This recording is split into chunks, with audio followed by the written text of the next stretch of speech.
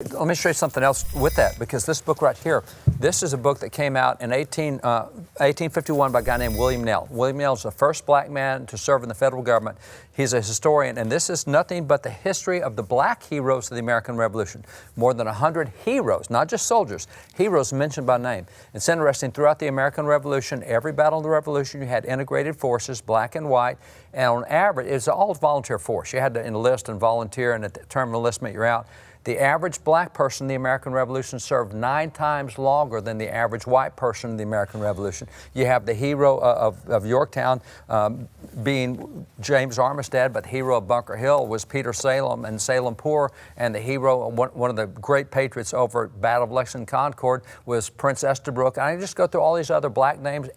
We don't know them today. Yeah. And the reason we don't is significant. There literally are other pamphlets. This was from the following year when William Nell decided, let's make an abridged version for everybody to see. And this was in the middle of the argument in the midst of the abolition movement, where people were saying, right, that blacks weren't fully human. And so you had abolitionists pointing out, guys, the reason we got our freedom in the Revolution was because we had so many of these incredible black patriots working with us, and they were able to point to the actual military records documentation showing, yes, these in fact were the patriots. Where so much of that changed. Well, why didn't that come out in the Declaration, though? I don't read that in the Declaration, what you just showed. What happened there? So, really good point. So when Jefferson presents his Declaration to the Congress, there are 13 colonies. And one of the things, it's interesting, in the very first page of the Declaration, where it starts off and it says, a declaration of the representatives of the United States of America and General Congress assembled.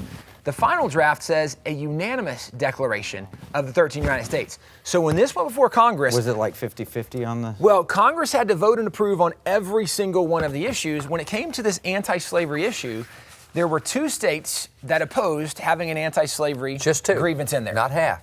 Just 2 states opposed that grievance. 11 of the 13 states actually supported the anti-slavery grievance. It was only South Carolina and Georgia at the time who said, we haven't tried to end slavery, that's not a grievance with us. But 11 of the 13 colonies said, we agree and we think it's okay to end slavery in this nation. The vast majority of early America was in favor of ending slavery. So the vast majority of early America, the founders, the vast majority of them were not blatant racists. Correct. Not even close. The change occurred right here. 1902, Woodrow Wilson has a 5-volume set, The History of the American People. In that, he is a great academic. He's a professor at 3 universities. This comes out, progressives say this is the best set ever of history. It's interesting that in that 5-volume set, he does not mention a single black person in American history, not one. Not any of the patriots of the Revolution, not the ones that Washington praised. He does not even mention Frederick Douglass, who has more photographs than Abraham Lincoln.